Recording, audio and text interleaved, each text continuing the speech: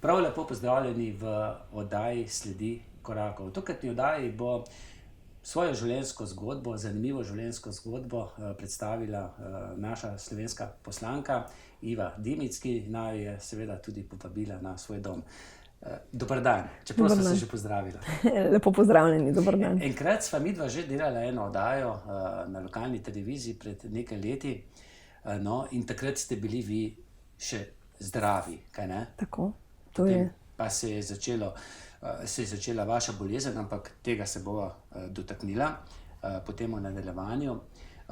Gospa, v kakšnem okolju ste vi odraščali? Nekje sem prebral, da na kmetiji. Ja, v podeželju, na podeželju sem odraščala na kmetiji, doma smo imeli še tako družinsko gostilno obrt, skratka. Kje pa je bilo to? To je bilo blizu izvoz Unec, Ivanje selo, tako manjša vas, lepa. Je imela svojo oštarijo? Ja, imela svojo oštarijo. Včasih so imela, vsaka slovenska vas imela svojo oštarijo in svojo trgovino, in to je bilo središče vasi in preko tega je bila tudi vas živa. Žal, vsa ta, bom rekla, tudi v času osamosvojitve, vsa ta gospodarska priložnosti in malverzacije, bom rekla, izkoriščanje in neplačništvo je povzročilo to, da so se potem trgovine počasi začele zapirati. Postopoma tudi gostilne, zato ker enostavno ljudje mogoče niso več toliko hodili. Država je začela z neko novo uvedbo nekih birokracij in seveda je potem to počasi zamiralo. Lahko rečem, ker je bila ta naša oštarija v lastnih prostorih, se pravi, da ni najemnine, in seveda, ker človek vedno na kmetiji ne računa, da bo lih vsak korak dobiček, to nekako še životari še dan danes. Ni delovna sila je bila doma tudi. In delovna sila je bila doma. Ja, sestro sva bile te glavne kelnarce, tako da praktično sem zrasla za šankom in v stiku z ljudmi in moram reči, da je bila to neka dobra popotnica tudi za delo v politiki. In takrat se je kar precej še kadilo po teh gostilnah, ne? Ja. Ampak to niti nismo toliko opazili, ali smo? Veste, kako jaz se spomnim tega, kako se je to najbolj opazilo, ne? Nedelja je bila, ponovadi je bila nedelja, popoldne se je že začelo. Mi smo imeli doma še balin plac, ne? Tako da so ljudje, starejši možakarji v penzijah si, potem to je bila neke vrste rekreacija, hodili in potem zvečer je bilo, vsi se spomnimo Marjana Kralja, ob 8 zvečer, to je bila ena taka zvrst, kjer so bile kakšne glasbene želje in vse to in je bilo kar polno ljudi in se je noter kadilo in jaz se tako spomnim, samo enkrat se mi je to zgodilo, da sem bila v enem takmu lepmu puloverju oblečena, ne, in pol drug dan sem šla v istem puloverju v šolo, sem hodila že v srednjo šolo, že v Ljubljano. In mi tako reče sošolka, je rekla, Iva, ti kadiš, a ne? In se spomnim, ne, ker je pulover imel res tak, je bil prepojen z nikotinom, no, tako da se spomnim res, v kakšnem smo rastli, vendarle sem vesela, da pride to ozaveščanje o zdravem načinu življenja, o opuščanju kajenja, da res greš lahko zdaj v restauracijo, v bifet, tako da pred ne zaudarjaš po cigareti. To je pa ena boljših zakonov, ki jih je sprejela. Absolutno. In jaz zelo politika, tako je in jaz zelo podpiram, bom rekla, ta zdrav način življenja in to omejevanje kajenja. Tudi zdaj, z zdajšnjim zakonom o enotni embalaži, jaz pravim, da je potrebno seveda tukaj res regulirati in naprej peljati to bitko. Slovenija je ena izmed vodilnih ali pa najvišje uvrščenih držav po raku pljuč, kljub samo še, ker še tega, bi rekla, te prepovedi še ni toliko časa preteklo, kakor mogoče ima tujina, in smo v samem vrhu po raku pljuč. Ste kdaj kadili? Kaj ni rečem, tista mlada leta. Moram javno priznati, tudi to se je včasih zgodilo, ampak moram reči, da sem vesela, da lahko zdaj rečem, da je to, da nimaš nekega vonja po nikotinu, to, da nisi sužen, da ti nekdo, neka taka drobna stvar, sicer morda kot je cigaret, ne usmerja življenja, da si svoboden, da moram reči, da je to dobro in da spodbuja tudi druge ljudi k temu. No, zdaj predvidevam, da delo natakarice, kelnerce vam je šlo. Kaj pa delo na kmetiji? Prej ste mi dejali, da imate srečo, da ste zadnja od 3 hčera, ne? 2 hčeri pa brata, starejšega brata. Najmlajši, sem bila najmlajša, jaz vedno pravim, Crkljanka, ja, lahko rečem, a ne. Tudi med mano in sestro je 5 let, med bratom 7 let razlike, tako da sem bila res bolj majhna, pa ker smo zgodaj izgubili očeta, sem bila stara 6 let, a ne, in tako da, ja, sestra je bila res taka, bom rekla, pridna, tudi v šoli pridna, študirala in tako naprej in je bila res, prva je se usedla na traktor, ker je bila pač 18 let stara, jaz 13, a ne, prva je šla tudi v hlev, če je bilo treba kdaj pomagati. Sem pomagala, ne vem, te otroška dela, ne, nametati seno, kadar je bilo polet za grabiti, smo veliko grabili zdaj brati na teh njivah, na teh pašnikih, praktično zdaj pase živino, prej pa je bila to rebrnina, se pravi ravnina po koncu postavljena, kjer je bilo veliko ročnega dela, pa bodeče neže in vse tako naprej, a ne. Čeprav sem bila pa pol bolj zadolžena, da sem pa znotraj pomagala. Ne? Sem imela še kar dolgo starega ata, do 90. leta, 91. Tako da je v bistvu ata bil, kot bom rekla, starejši možakar v gostilni, jaz pa potem zraven, če je bilo treba kaj skočiti iskati. Ne? Ste se doma naučili kuhati ali potem, ko ste šli na svoje? Ja, sem kar imela veliko doto od doma, sem imela to možnost, da moram reči, moja stara mama in mama izredno veselje do kuhe, zato sem bila tudi jaz kot tretji otrok, najmlajši, brat je strojnik, sestra je učiteljica, jaz pa kot tretja sem mogla potem pač zaradi nadaljevanja družinske tradicije, ker je pač gostinstvo bilo, jeti tudi v gostinsko šolo v Ljubljano, a ne, čeprav to ni bila moja želja, ne, in sem bila res... Jaz sem si želela neko, ne vem, ekonomsko-komercialno smer. To, kar sem kasneje ob zaposlitvi tudi naredila. Ne? Najprej sem se potem prekvalificirala za komercialista, kasneje pa še naredila višjo in kasneje tudi še visoko šolo oziroma diplomirala kot diplomirana ekonomistka. Mimogrede, prej, ko sva govorila o kuhi, tudi o peki, kakšno besedo vas je naučila speči orehovo potico? Ne vem, katera potica je v vašem koncu značilna. Pri nas vem, da metova, smetanova, pehtranova že ne toliko, ampak orehova pa... Orehovo absolutno. Tudi ko sem delala za časov do osamosvojitve, do 97. leta, sem delala v slaščičarni, ker pač ni bilo druge možnosti. Sem res naredila toliko orehovih potic, da sem nekaj, ne vem, če bom še kdaj v življenju pekla orehovo potico, jo še vedno naredim, vendar moja družina, pa tudi jaz sama imamo radi potratno potico, lahko rečem, da naredim prvovrstno tako, da bi šla mogoče bom celo kdaj šla na kakšno tekmovanje z njo. Ja, mogoče boste lahko podarili kdaj mogoče ameriškemu predsedniku Trumpu, ki pa ima rad, pa tudi papež Frančišek ima zelo rad, pa mimogrede, no, ko sva že pri papežu, veste, kaj se mu je pripetilo, ko ga je neka obiskovalka malce premočno potegnila in je pokazal svojo, tisto, kar imamo vsi nekako v sebi. Bil je zelo naraven. Ne? Kako vi gledate na ta dogodek? Jaz gledam, recimo papež je navajen, da je protokol pripravi ta sprejem. Jaz sem sama bila enkrat sicer ne tako blizu, ampak ne, 2-krat sem bila že na Trgu Svetega Petra. In ima nek protokol, kjer gre skozi in papež se navadno ustavi pri otrokih, predvsem pri tistih z nekoliko posebnimi potrebami, bolnimi, njih celo vzame v naročje, jih poljubi, položi roke nanje, se pravi, da je tam nekje navajen na nek stik, dotik, objem in tako naprej. Ne vleko, ne? In ko greš pa mimo odraslih ljudi, pa vendarle pričakuješ, da bo ta zadeva šla, zato predvidevam, da je bil z mislimi verjetno že tudi tam, pri teh, bom rekla, najšibkejših, a ne? In enostavno ta gospa ga je potegnila, si sam... Temu, da je že zelo v letih tudi papež, to je že zelo nevarno. Ne? Se mi zdi, da je, jaz res mislim, da je bil z glavo že pri naslednjem koraku, tako lahko rečem, tudi politiki včasih smo z glavo že nekje na naslednjem koraku, pa te potem neka stvar preseneti, seveda takrat odreagiraš tako. Se je opravičil. Je za vas zdaj kaj menj papež? Ne, zame ni menj papež, zato ker vem, kako zadeve grejo. Veste, vsak človek, če si ti že pripravljen v bilo kakšni situaciji, tudi pred operacijo, če si ti že pripravljen, da greš v operacijsko sobo in te pride, na primer, sestra iskat leta, še tole moramo narediti, ne, vsak je malo nejevoljen, ne. To je tisto in jaz sem prepričana, da je bil papež z glavo že pri otrocih, ali pa že v nekem drugem koraku in da te nekdo tam začne nekaj rukati, nekaj vleči, seveda rečeš, dajte mi mir, ne. Mislim, eni so rekli, ne, papež je neprimerno odreagiral, ampak jaz vedno rečem, da ne smemo biti bolj papeški od papeža. Tako je, ne.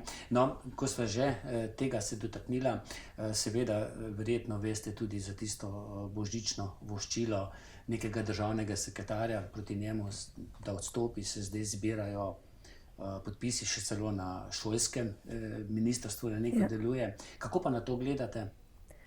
Skrajno neprimerno. Neprimerno. Nevredno. Tudi če je bil to citat iz nekega filma, Sam doma.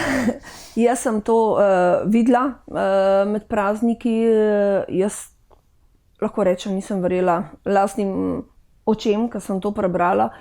Jaz sam doma, leta, imam družino, smo gledali, si tega citata nisem zapomnila in ne morem verjeti, ne morem verjeti, da ljudje tako si zapomnijo ene take citate z filmov, a ne, pač nekaterim je to dano, ampak nevredno nekega državnega sekretarja. Jaz mislim, da je bila to kaplja čez rob. Ne more neko šolsko ministrstvo voditi druga oseba na šolskem ministrstvu, kjer dejansko vošči na tak način.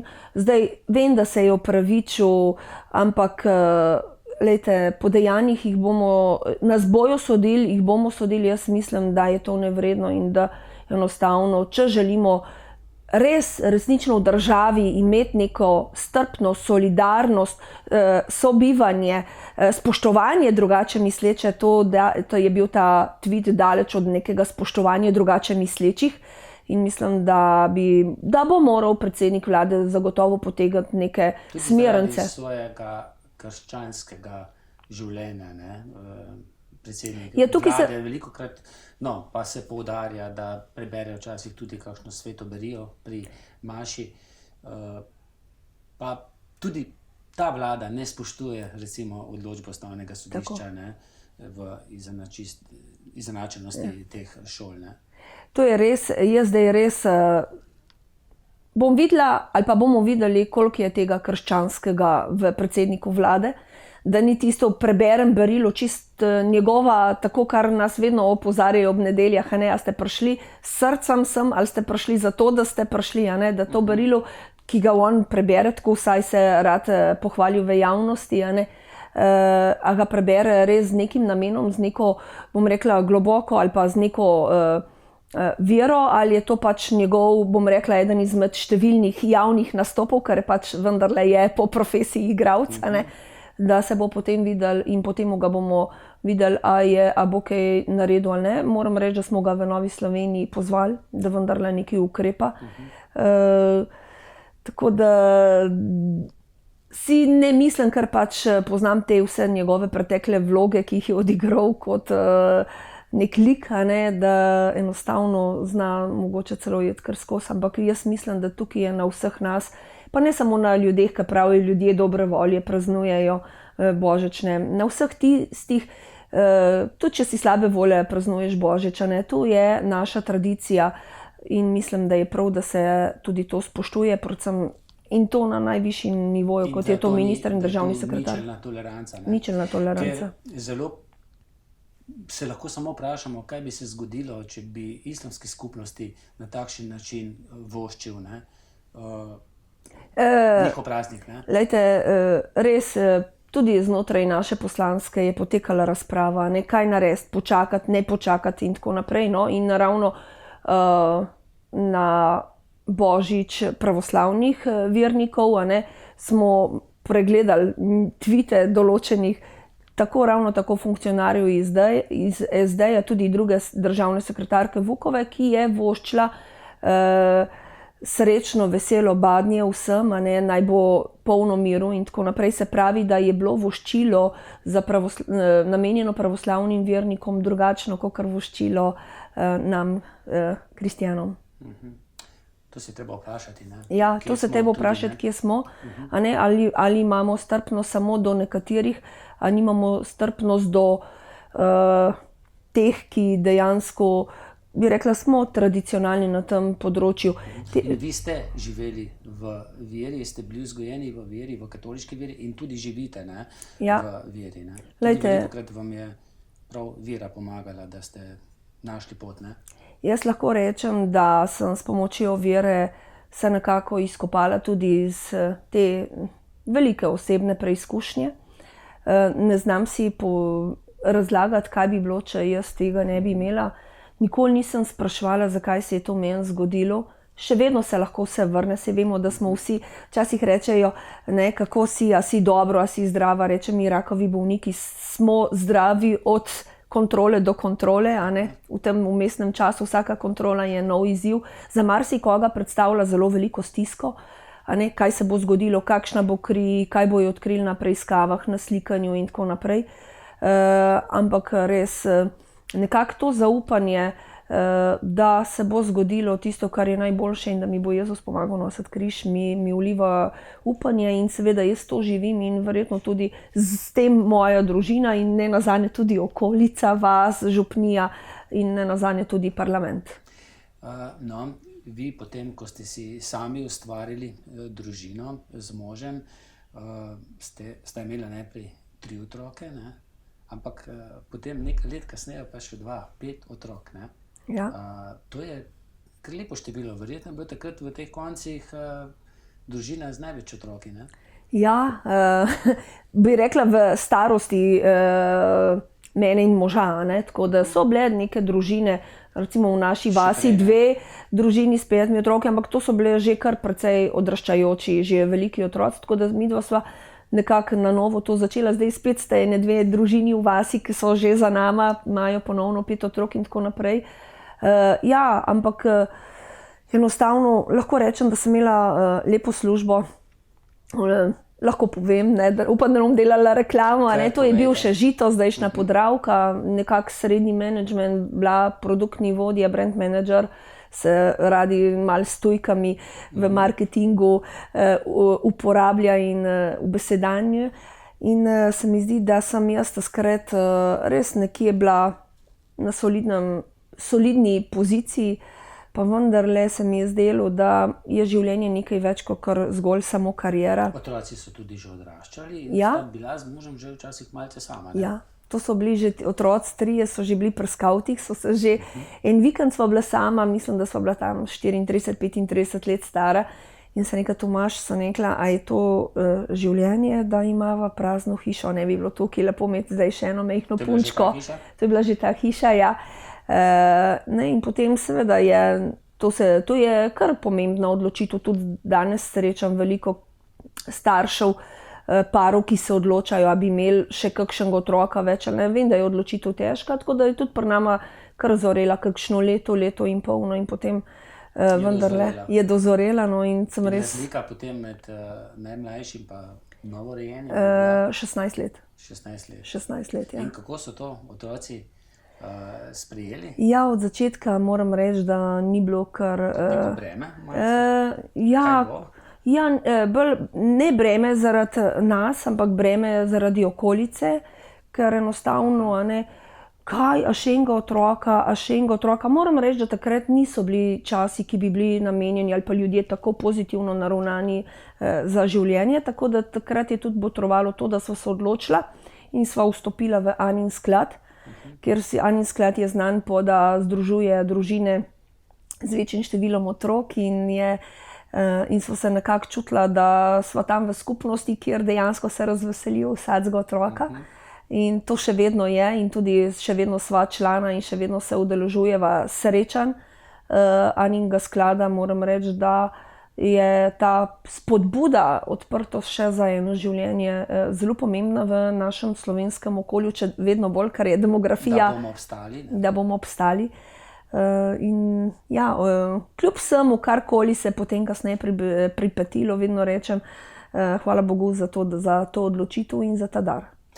in dolg čas vam zdaj ni. Ne, zdaj ni, je pa res, da je lažje, zdaj so dekleta tam mali dve že kar v 4. in 6. razredu, da tudi oni dve odraščata in da se stvari drugače tudi v družini razporejajo in razporedijo, tako da imam tudi, še vedno živijo vsi otroci doma z nama, tako da še vedno ta starejši vskočijo, kadar je potrebno v kakšen dežju peljati otroka v glasbeno šolo in tako naprej. Tako da živimo en do drugega. Ne. Imate kmetijo? Nimamo kmetije, imamo nekaj zemlje, ampak to zemljo Živali pa imamo 3 koze, 2 raci, 2 psa. Tako da... Za kozje mleko? Ne, nimamo za kozje mleko, imamo te majhne koze. Imamo pa za ekološko kosilnico, tako da po letu v bistvu koze lepo nam vse oberajo, res so take ekološke, pridne in se mi zdi, da je to zelo dober način. No.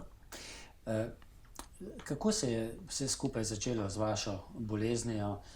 Verjetno sprva niti niste, kašelj je bil tisti prvi pokazatelj, niti niste to jemali kot nekaj resnega, mogoče kot kakšen prehlad? Bil je nek kašelj, res, ki se je pojavil že drugič v letu in pol razmaka. To je bilo kar res dolgotrajen kašelj, bi rekla, nekako bronhi so žgačkali, ne znam povedati, nič se ni dalo najti, nek infekt.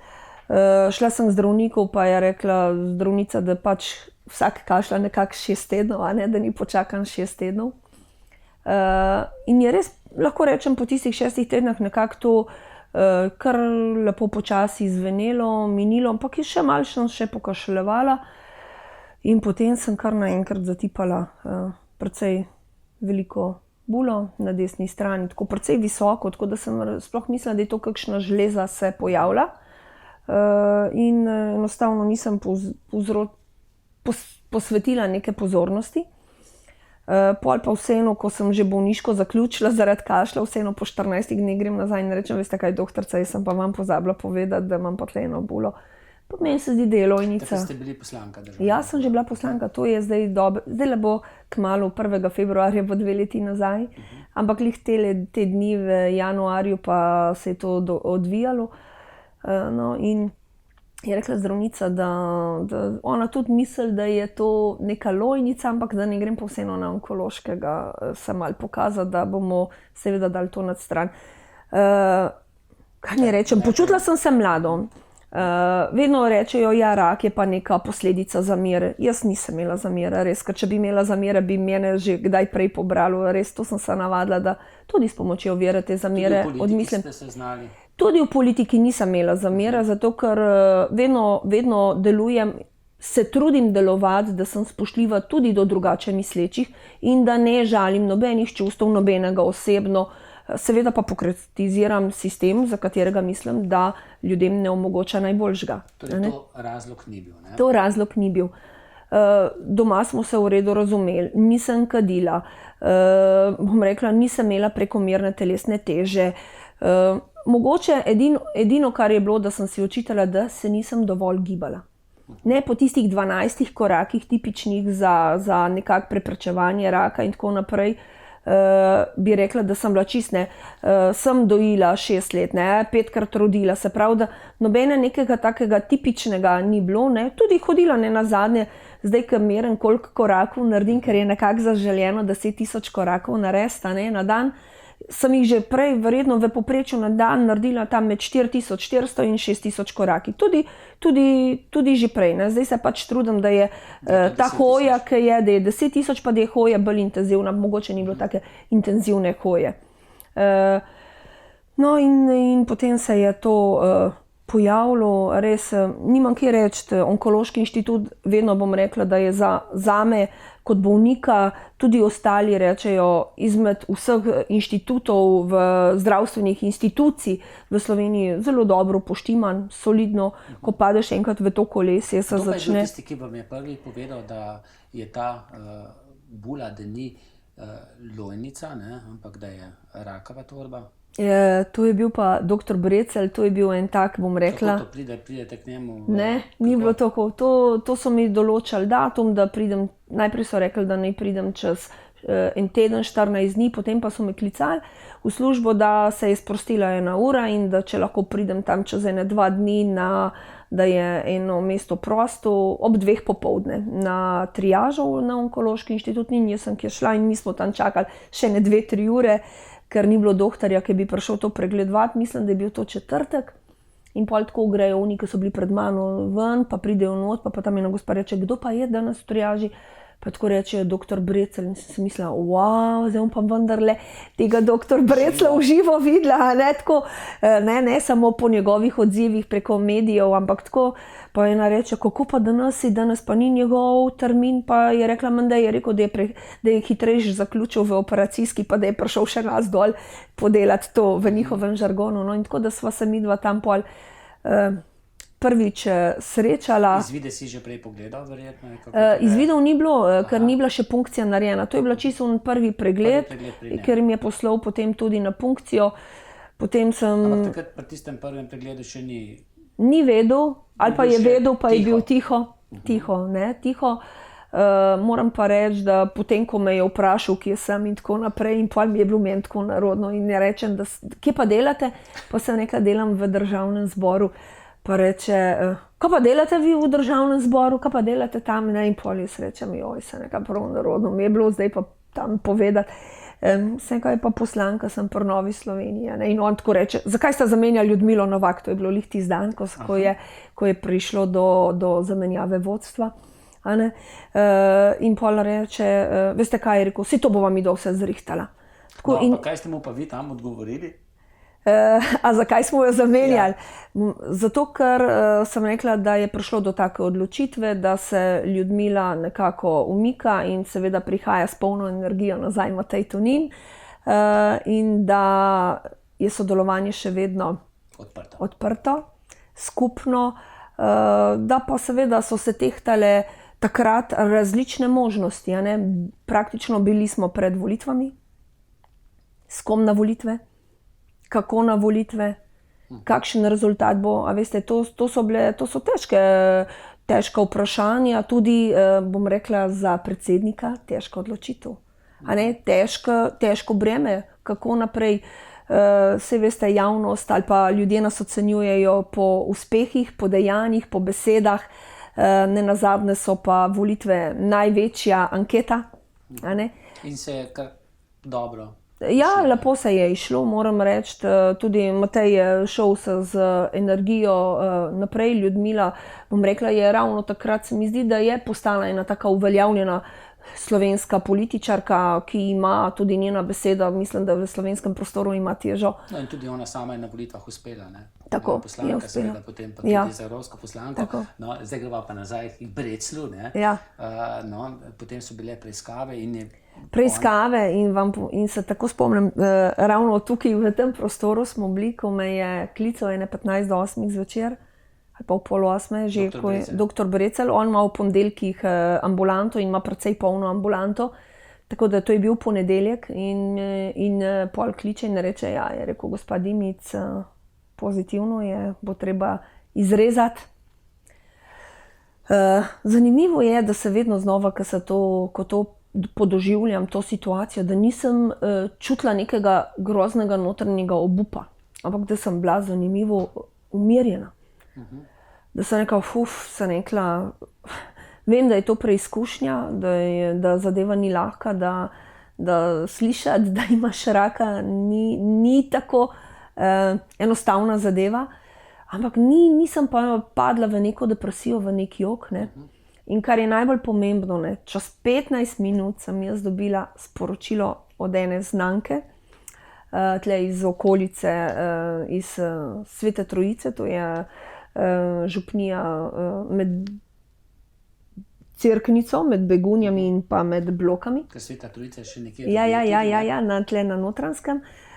In sem dobila povabilo na seminar o izlitju Svetega Duha, tako da sem jaz tole sam napisala, da grem in pol, ko sem kje prišla, to je bilo pol čez en teden, niso vedeli zakaj in kako, da sem tako hitro odreagirala in vse. No, in potem moram reči, da s pomočjo njih in s pomočjo duhovnika Toneta,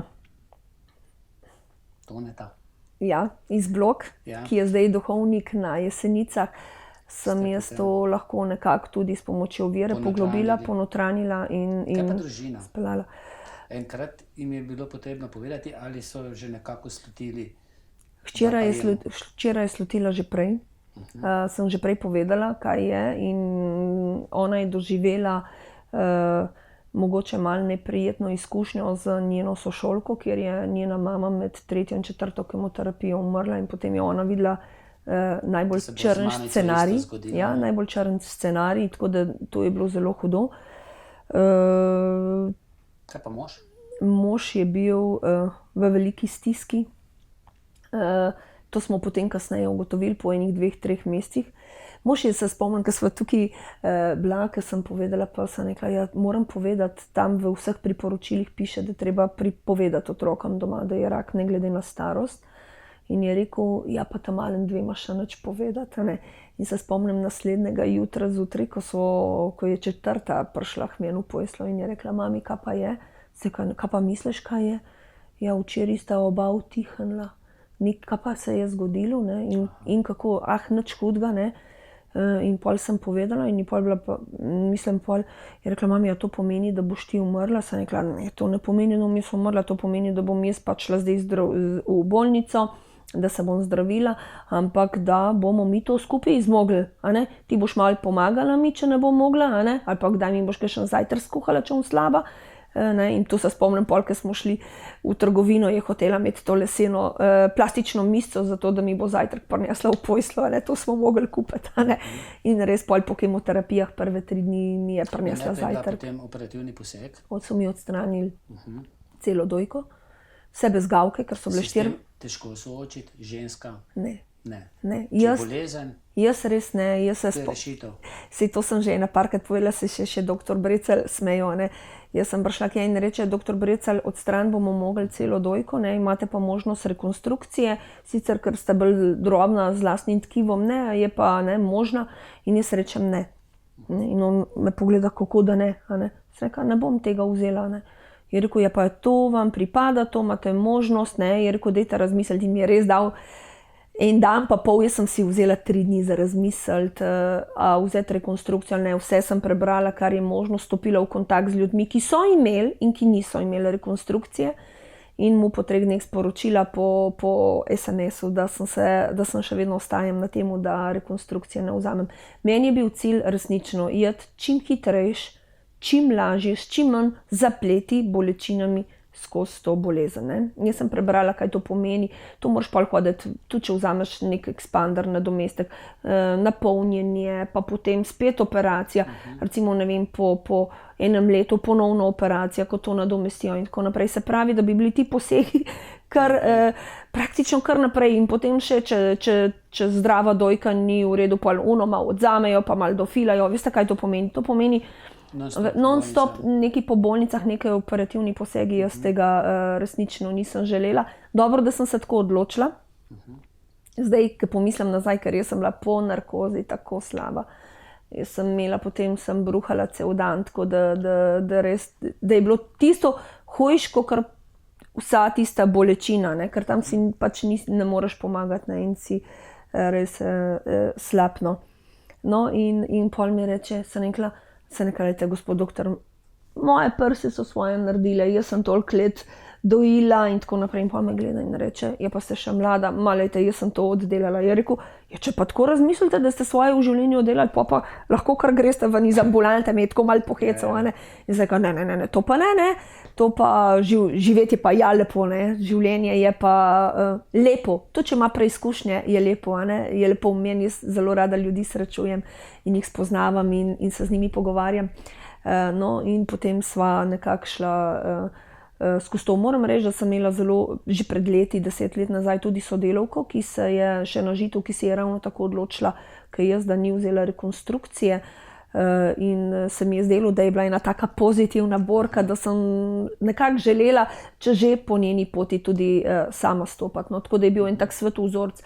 Zato sem tudi javno spregovorila o svoji bolezni, zato ker bi želela dati pogum in optimizem tudi ostalim, ki pridejo v stik z diagnozo, da je življenje lepo in da se da tudi pokončno jeti. Tudi če kdaj noge bolijo, ne? Ampak se da. Ampak po tem operativnem posegu je bila potrebna še kemoterapija. Ja. Zakaj? Zato, Je ker to vedno bilo preventivno? sama karakteristika raka ni bila, bi rekla, ni bil toliko invaziven, no, če tako se izrazim v tem žargonu. Sem pa imela že metastaze na 4 bezgavkah, tako da se pravi, da je šel že naprej. Tako da so mi pobrali vseh 26 bezgavk v desni roki, zato včasih občasno na kakšni televiziji ali pa tako imam kakšno povito roko, ker imam kakšne terapije, grem na terapije limfne drenaže, posebne so to, in potem prideš za 24 ur, ne bi bil potem povit v nekih posebnih kompresijskih povojih. No, in je bilo potrebno imeti, seveda zaradi tega, ker je šel pač rak naprej, ker je bil že na limfah, na bezgavkah, še 8 kemoterapij. Od tega sem jih imela 7, 7 je bila malo zmanjšana. V bolnici ste se vozili? Kemoterapije sem se vozila na 3 tedne. Kako to izgleda? Pridete Ja, prideš v žilo? Prideš meni so zaradi žil in tega sem dobila VAP. Jaz imam ta nadomestek, operativno ti vstavijo tak mehurček, se pravi napeljajo v žilo, in potem sem tukaj dobivala. Sam prvo kemoterapijo sem dobila v žilo, ker pač desna roka je neuporabna za oddajati kri ali pa tudi pritiska mi ne merijo, tako da imam tako aktivno roko, imam samo levo, funkcije kri jemati ali pa karkoli. No, in sem preko VAP-a dobila, to sem dobila že drugo kemoterapijo, prva je šla še v roko. Na 3 tedne. Koliko traja to? To je trajalo od maja do septembra. Kaj pa posamezna kemoterapija? Je pa tekla približno 40 minut, tečejo od 20 do 40 in potem domov, ja. In potem slabost, kar takoj? Jaz sem imela zelo težke nosečnosti, kljub temu, da sem imela 5 otrok, res, tako da sem pri vsaki punci bila tudi hospitalizirana, kadar sem bila zanimiva, kadar sem bila s puncami noseča, sem vedela, da bo verjetno punčka, kar je bilo treba jeti. Fantje smo bolj pridni. Fantje res nekako že bolj pridni, lažje sem prenašala fante. Pri puncah sem pa res bila hospitalizirana zaradi slabosti in bruhanja, tako da in to sem res opozarjala zdravnico, da sem pač tip, ki dejansko... Ki rada bruha. Ki je na to nagnjena. Ampak se zgodi. Ja, in moram reči, da so res upoštevali, da sem dobila zdravila, zaščito za želodec in da je šlo tole skozi res brez bruhanja, je bila pa slabost skozi prisotna. Tako da sem jaz v tem času se kar lepo poredila, 13 kg, 12-13 kg, ker mi je bila ta prisotnost slabosti skozi in sem jaz enostavno sem jedla prvi dve kemoterapiji krekarje, meni je bolj slano dišalo krekarje, drugi 2 kemoterapiji tele grisine s sezamom in pol zadnje bobi palčke za rašidovim, tako da je bilo to kar kalorično, pa oreščke, pa ne vem. Moram pa reči, pa to mogoče bo kakšnega zanimalo, ves čas, pa tudi zdaj, mogoče sem malo pustila, pa se nazaj vračam, ves čas pa sem vsak dan pojedla 8 do 10 namočenih suhih sliv. To mi je ena gospa povedala, zato rada povem svoje izkušnje, ker mogoče bo nekdo najdel tudi to pot. Meni je gospa ena rekla, jaz sem imela vedno dobro kri pred kemoterapijami, nikoli zaprta, ampak sem vsak dan jedla suhe slive in jaz sem to res provala in sem jaz tudi vse kemoterapije dobila na 3 tedne na rok, ker je bila kri v redu, kar je zelo pomembno. No in ko prideš recimo na kemoterapijo, kot ti dajo na 3 tedne, pregledajo kri, greš do zdravnice, ti da recept in potem greš v stavbo C, spodaj v pritličju na odmerek kemoterapije in potem domov. Jaz sem... Tudi srečanje z Erikom Breslem? Ne, z njim niti ne toliko. Potem Erik je kirurg, kjer dejansko ima te predoperativne, pooperativne in pa kontrolne preglede. Jaz sem potem šla k internistom, onkologom, kjer pač imam tudi hormonsko terapijo, ker je bil moj rak 100% hormonsko odvisen, progesteron in estrogen. In sem tam spremljena, zdaj sem na 4 mesece, tako da naslednjo imam v marcu kontrolo krvi in vse ostalo. Vmes so se pa tudi potem začeli že lasje odpadati. Ne? Ja, To verjetno tudi, ker ni kar tako to. Ne? meni je to tako malo pomenilo. Zdaj, mogoče bo kakšen rekel, kaj govoriš, a ne. Sem bila Kako se pa to zgodi, da kar ostane v rokah? veste kako, po polštru, naprimer, ne, po blazini, ali pa jaz sem nosila en tak turbanček, recimo, ne, in ko sem dala dol, je bilo čisto polno las in jaz sem tisto pobrala. Mene res ni to ganilo. Moja kolegica reče, Iva, meni je bilo najhujše, ko sem videla, da sem začela zgubljati las.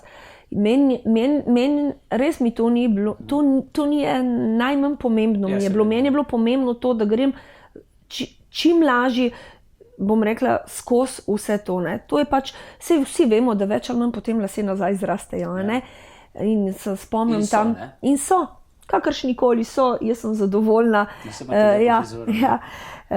Se spomnim v čakalnici, ko je ena gospa z dolgimi črnimi lasmi jokala, ker je zvela, da bo ob kemoterapiji izgubila lase. Ne. To je bil histeričen jok. Ne. Jaz tega res nisem bila navezana na svoje lase. Ne, da nisem imela to lepe, ampak glejte, v življenju. Barvate si jih pa ne. Ne, nič več. Ne vem, jaz se spomnim, žal že pokojne Mojce Senčar, tudi sem jo enkrat gostil v studiu.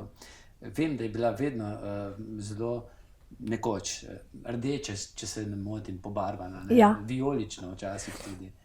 Ampak vam je enkrat dejala, da ni treba. Ne? Ja, Mojca, moram reči, da sem res hvaležna za to. Čas, da sva se v nekem trenutku srečale, spoprijateljile, lahko rečem, to je, da sva lahko tudi, da sva komunicirale ena z drugo, tudi njo sem poklicala.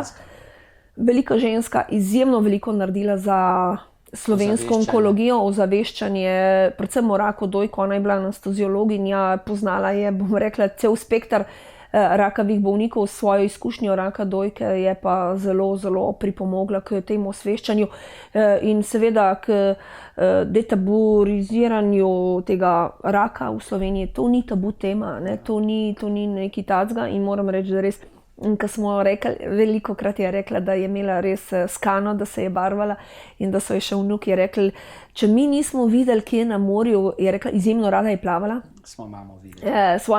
Od vnuki so rekli, kje je mama, smo samo pogledali, kje na morju je rdeča pika, pa smo vedeli, da tam še vedno plava. Ne? Tako da je rekla, da si je dala kano in ko sem jaz imela v Državnem zboru, ko so prišli v mesecu oktobru 2018, ja, bo držalo 2018. Jaz sem še imela seveda takrat lasuljo in je rekla, Iva, je rekla, pa ne boš ti z lasuljo tukaj v Državnem zboru, zgled moraš biti vsem ostalim. Je rekla, lasuljo dol in mi je že hotela lasuljo dol potegniti, ampak to je bil oktober. Res, jaz sem bila dober mesec po kemoterapiji, so lih začeli malo odganjati in enostavno sem rekla, ne, ker moji poslanski kolegi me niso navajeni, me še niso videli. Da ne bo kakšen šok. Da ne bo kakšen šok, ja. No, in potem je ona, pol sva se še dvakrat videla, pa je rekla, veš, res bi mogla to dol dati, ne. No, tako daleč, da potem sem res, ko sem snemala oddajo Politik, to sem jaz, me je potem spodbudila novinarka, gospa Vida Petrovčič, pa je rekla, boste dala dol, pa sem rekla, joj ne, otroci doma, tamale niso bila ki preveč navdušene. Meni pa je bila želja se osvoboditi. A veste, to je ta želja osvoboditi, no, in potem sem to naredila in potem praktično takrat nisem več dala lasulje na glavo, jo imam še vedno doma.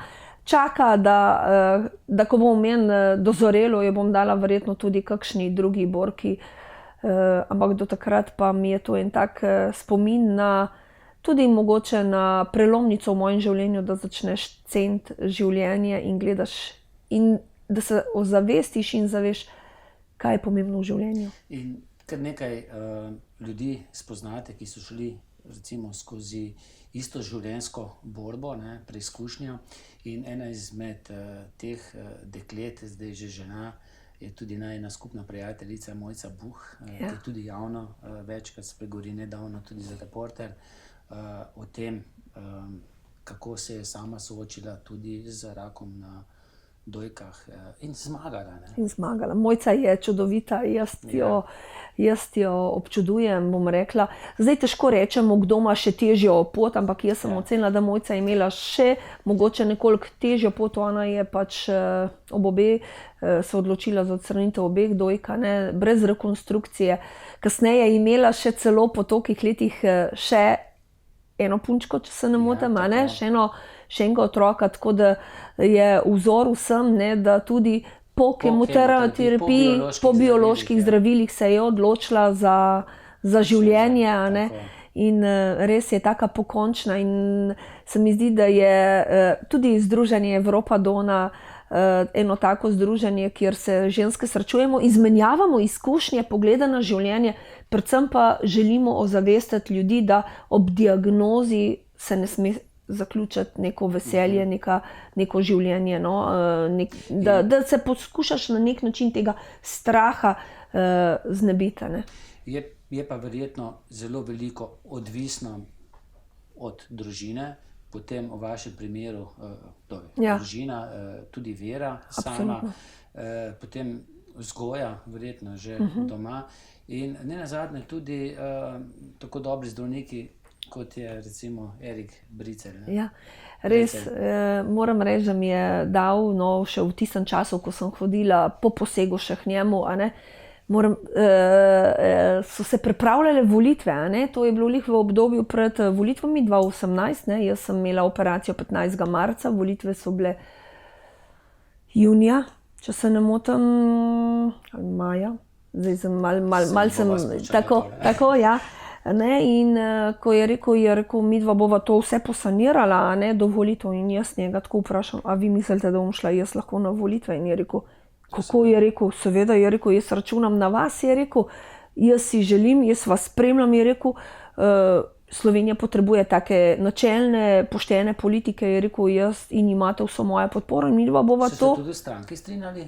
Ja, moram reči, tako, zelo so mi stali na strani, absolutno, da gremo skupaj na volitve in tako naprej, to zelo cenim. In uspeli ste, ne? In uspeli, tako da, sicer mogoče je bila kampanja, ves čas mi je poudaril dr. Brecelj, da ne sme biti kampanja intenzivna, da si moram kampanjo prirediti oziroma prilagoditi svojemu zdravju, tako da včasih, če me kaj videl, mi je poslal prehuda bo ali pa kaj takega, tako da sem šla lepo skozi. Ja, ljudje so me prepoznali in zdaj poskušam tudi vrniti na nek način to zaupanje.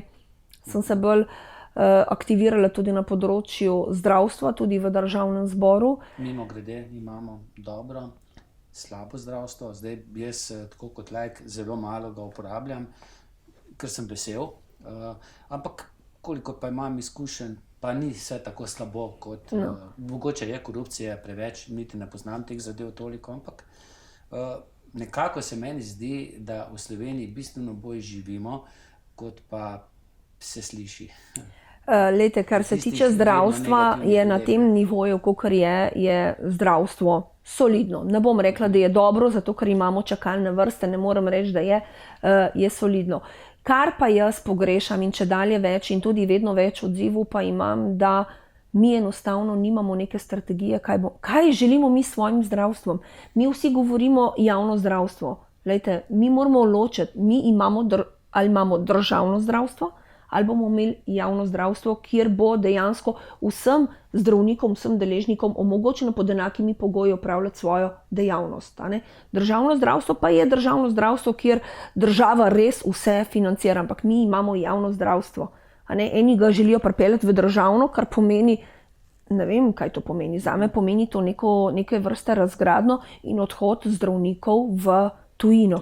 Mi ne moramo se zdaj zapreti pa reči, Slovenija bo samo tako, če pa imamo mi tujino, kjer omogoča našim zdravnikom več možnosti v osebnem razvoju, se pravi tudi v zdravstvenem, znanstveno-raziskovalnem, boljše pogoje dela, profesionalne time, tega nam manjka. In ne vemo, kaj bomo mi naredili. Nimamo neke strategije. Lejte, zdaj imamo mi gastrološko kliniko v Ljubljani, ki je v nekih starih kletnih prostorih, kjer izvajajo kemoterapije, ker ljudje smo izvedeli iz medijev, so na stolih, pa nimajo stolov, pa še tajnica svoj stol prinesla in tako naprej. Ker dejansko se v vseh teh letih ni nič naredilo. Bolj pa se recimo pogovarjamo, ker se meni ne zdi toliko pomembno, ali bo dodatno zdravstveno zavarovanje ali ne bo, ne? Ali bomo to ukinili. Po drugi strani samo prelaganje kupčka iz enega na drugega, ne? Niti ni to kakšna reforma. To je zgolj ideološka. Priznajmo, vsi državljani, vsi ljudje smo občutljivi na denar. Ne bomo imeli boljšega zdravstva, ne? Saj si mislim. Jaz sem jasno povedala, pa ne, da podpiram dopolnilno zdravstveno zavarovanje, ampak to je edini sistem, ki trenutno omogoča, da je vsaj, bom rekla, onkološki in ostale klinike, da delujejo. Je delati sistem, za katerega v preteklosti vemo, da ni deloval. Zakaj pa se je dodatno zdravstveno zavarovanje uzakonilo? Zato, ker je bilo premalo denarja. In ga ne ukinjamo, mi ga samo prenašamo. Bolj bi bilo verjetno dobro pogledati, kam se odteka, ne? Pa govorimo o žilnih opornicah, pa še kaj. Glejte, operacijske mize, žilne opornice, podkupovanje, preplačevanje zdravnikov. Da bi se Erik Brecelj v politiko vključil, ne? Erik Brecelj, velikrat se tako, če imamo možnost kakšno besedo spregovoriti, čeprav res vsi, ki hodijo po onkološkem inštitutu, vejo, da so vsi ti naši zdravniki preobremenjeni. Mislim, da ima Erik Brecelj med 60 in 80 pacientov, pregleda o ponedeljkih, veste, kaj je to. Če se vsakmu posveti 3 minute, pa 3 minute ni nič, 3 minute, potem pa imeti mirno roko pri operacijah in na nek način tudi prazno glavo, da si skoncentriram pri stvari. Jaz jim vedno rečem tem, pa ne samo tudi Eriku Brecelju, imamo en kup tudi drugih kirurgov, jim rečem, da so res neki kapodolno. Bi ga želeli videti v politiki, bi se kaj spremenilo, če bi imeli taki ljudje, ne vem, če bi bili to ministri za zdravje? Veste, kje? To bi mogli biti ekipa podobno mislečih ljudi od najvišjega dol.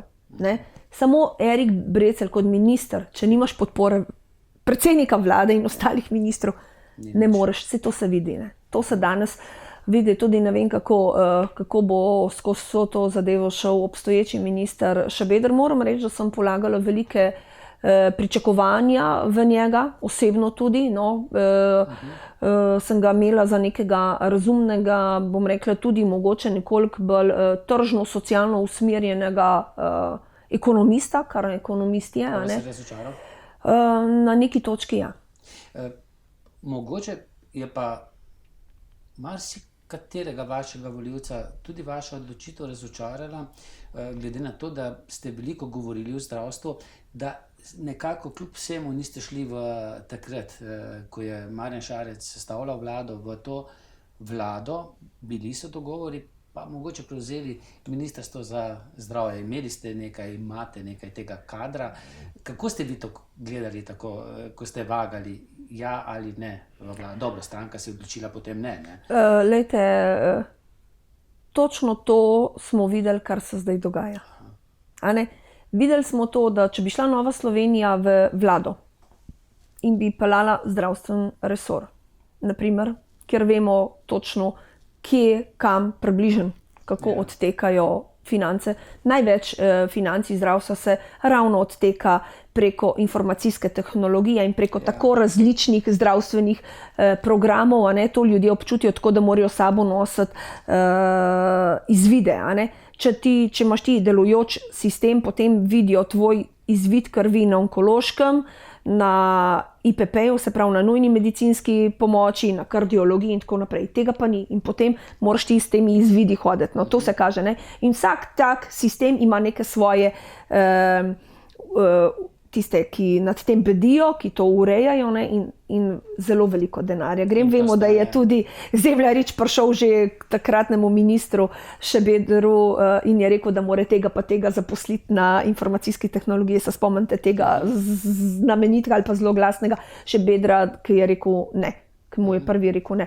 Zato so bili moje pričakovanja, moji upi, da bo vendarle tudi znal s to korupcijo popucati tudi kot minister. Ampak očitno je to, kar ste dejali, tudi če bi šla Nova Slovenija v vlado, prevzela ta resor, ne bi bilo zadostne podpore Tako, ne bi bilo zadostne podpore z ostalih deležnikov in bi enostavno Marjan Šarec, kakršen je, lahko rečemo, na pol trgovec, če vidimo, da je Levica šla ven, pa je potem dobil glasove pri Jelinčiču, a ne, bi potem, če bi bili mi v koaliciji, hodil k Levici po glasove in kaj bi to bilo? Nič. Mi nismo želeli sodelovati v taki vladi. Nam očitajo, ne, tudi gospodarstveniki nam očitajo, ne, zaradi dobrega gospodarskega programa, ne, da je škoda, ampak glejte, mi te zadeve zdaj samo še izboljšujemo. V teh dneh smo vložili tudi zakon in se pripravljamo na nove volitve, kjer pa mislim, da bomo s svojim delom zmogli tudi dokazati ljudem, da smo zaupanje vredna in da vendarle bomo dobili nekaj več poslancev in s tem tudi moč, da lahko uveljavljaš svoj program. Ne. Tako, biti pomemben, moraš biti močan tudi v vladi, ne. Kar drugače, predvsem pa odklanjamo take vlade, ki dejansko neki delajo z eno stranko, neki delajo z drugo stranko, tako da to je zelo težko. No. Tudi ideološke. Ne. Ja. Čisto malce se bom še vrnil. Omenili ste, da imate vsake toliko časa ponovne preiskave. Kako pa to na nekdanjega bolnika, onkološkega bolnika vpliva tisti večer, preden je treba iti dati kri na preiskavo, še druge vzorce in potem čakati, kaj bo sporočilo? Ni lahko, ne. Ni lahko. Verjetno za celo družino, ne? Se o tem govori? Ja, mi kar govorimo, tako da zelo to spremlja moja sestra, recimo, ne, reče, kako je bilo mama, ne, to pol vsi čakajo, ne, kakšni bojo izvidi, kakšna bo kri, tudi sama, vendar se nekako čudim še v kar dobri kondiciji, sej neke bolečine so prisotne, niso, bom rekla, tako prisotne zaenkrat, da bi točno rekla na enem mestu, neke splošne bolečine. To verjetno je tudi že zaradi začetka osteoporoze po kosteh, zaradi zdravila. Ne. Ni pa lahko. Ne. Moram reči, da veliko bolnic, imamo neko Facebook stran, Mlade borke proti raku dojk, mislim, da je že blizu 300 mladih bork noter.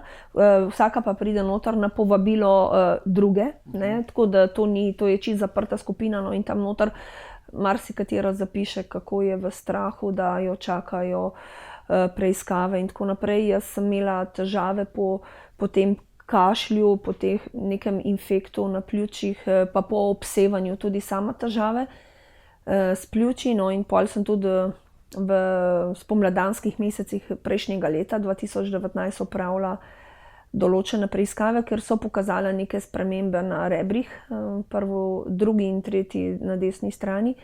Tako da sem po pol leta dobila ponovno slikanje skeleta in je tam še vedno nekaj bolj intenzivno se dogaja in ne vejo kaj. No, in jaz tudi čakam zdajle konec januarja na CT trebušne votline. Tako da to čakaš. No. To je del življenja. To je del življenja, to moraš sprejeti. Boli me, ne, ampak tako, no, kakšne rečejo, si zmagala, rečem, sem zmagala, ampak vse veste, kako je, ne, od preiskave do preiskave, od kontrole do kontrole. Seveda sem pa vesela, da imam dobro kri, da se poskušam, da res... Ste kaj spremenili način življenja ali mogoče, da zdaj 10 000 korakov prehodite? Ja, sem spremenila. Tudi kje prehrana, dobro, že prej ste kadili. Tudi zdravo jela, mi več ali manj imamo ekološko meso, ekološko zelenjavo in tako naprej, tako da prehrana več ali manj ostaja ista, mogoče je več zelenjave, več je brokolija, več je kakšnega pora in tako naprej. Tega dopust? Morje? Ta dopust je zdaj le zadnje 2 leti bolj tak, tudi zaradi moje bolezni ni enostavno vedno. Vsak mesec še dobivam določeno zdravilo in potem je to vedno malo tako razklano. Mož je rekel, sej nisem jaz problem, ampak si ti problem, ker se moraš vrniti v Ljubljano, ne, pa vedno lih tako planiramo, ne. Zdaj sem nekako tako, da vsak mesec na začetku meseca moram iti po zdravilo in pol si moraš splanirati znotraj tega, ne. Tako da zdaj le res 2 leti smo bili tako po ene 4 dni na morju, ne. Tako da malo je ampak zame ni priporočljivo, kar je vroče, ni priporočljivo izpostavljeno soncu, a ne, čeprav plavanje je zaželjeno, ampak tlele smo tako blizu, da včasih skočimo tudi popoldne malo poplavati pa nazaj, a ne, tako da dopust je tak. Do Kopra, kar do Kopra, ja, kar do Kopra do Žusterne, to je skoraj najbližje. Zdaj pa je že tam čista voda, ne? Ja, letos So menda uredili ja, kanalizacijo. to so uredili. Mi smo bili malo pred tistem tam, ampak k sreči ni nobenemu nič, no. Drugače pa mi je lepo doma, no. Moram reči, da sem odkrila res tisto vrednost, da je lepo doma. Rada imam tudi, še vedno imam rada hribe, Pokljuka je ena taka najbolj meni pisanih destinacij na kožo. Pa ne s smučkami, ne? Tudi, ne, kar še, čeprav priznam, zaradi slabih kosti ali pa bom rekla takih bolečih nog. Je gibanje zelo primerno, sicer samo ne vem, če bi se izpostavila temu, a ne. Tudi zdaj smo imeli v tem mesecu, v januarju, pred po novem letu smo imeli let na Cerkniškem jezeru. Tako da me je mikalo, da bi dala drsalke gor, pa vendarle si mislim, da za drsalke bo treba še malo bolj okrepiti mišice, da bom lahko potem mogoče v drugem letu pa tudi stopila na drsalke. Včasih se mi zdi škoda se izpostavljati nekim poškodbam. Tako, sploh zaradi osteoporoze, ne? Ja. Zdaj, počasi se bliža tudi pust, ne? Ja. V vaših koncih, ne vem, Coprnice so, ne, znane, ne vem, so laufarji tudi iz tega konca? Ne, laufarji niso, je Cerkno. Pri nas pa je Coprnice, seveda imamo Slivnico, kjer se kuha in dela vreme, pa še kaj drugega, a ne. To je že Valvazor opisal, a ne, da so videli jih. Vaš Valvazor. Iz naših koncev. Ja, pa je tudi na naše konce očitno rad prišel, ne, tamle Bogenšperk in potem na to stran, a ne. Tako da je to vse opisal je tudi Karlovico, opisal je tudi kot nekega jezerkota. Mi imamo Ščuko, letos naše pustno društvo Cerknica zelo močno prenavlja, tako da bo vredno ogledati, najdaljšo Ščuko pa je obnavljajo. Jaz včasih si dam kakšno očala gor, pa tako naprej, ampak se veste, kako reče otroci, mami, ti si že zdaj, a ne, ne rabiš kaj dosti. Se mi zdi, da otroci grejo ven, se našimijo. A to je tu tudi od hiše do hiše? Včasih grejo, ne. Ki zapojejo? Ja, to sem pa povedala, da ko pridejo od hiše do hiše, potem povejo od hiše do hiše, od vrat do vrat, prinašamo vam veselo pomlad. To se spomnim, da sem jih navadila. Kakšno leto, ne kar nekaj let nazaj se spomnim, ko so bili še ta najstarejši, še majhni, so celo je hčerka naredila rožico iz papirja in potem še v vsaki hiši dala eno rožico v znak neke pomladi, da prihaja toplejši dnevi, a ne, tako da prihaja pomlad in s tem novo življenje. Deva za konec še nekaj o sami Sloveniji. Prej sem že dejal, da imamo kar precej še dobro, lepo življenje. Kako pa gledate na to, kar se dogaja v zadnjih letih malce bolj intenzivno, na migracije, pa tudi na ljudi, ki prihajajo tudi v naš konec, sicer jih ne ostane toliko v Sloveniji, gredo naprej, ki prinašajo drugo kulturo, tudi drugo vero v naše konce. Kako vi gledate na to? Kot Iva Dimic, pa tudi kot političarka, ne?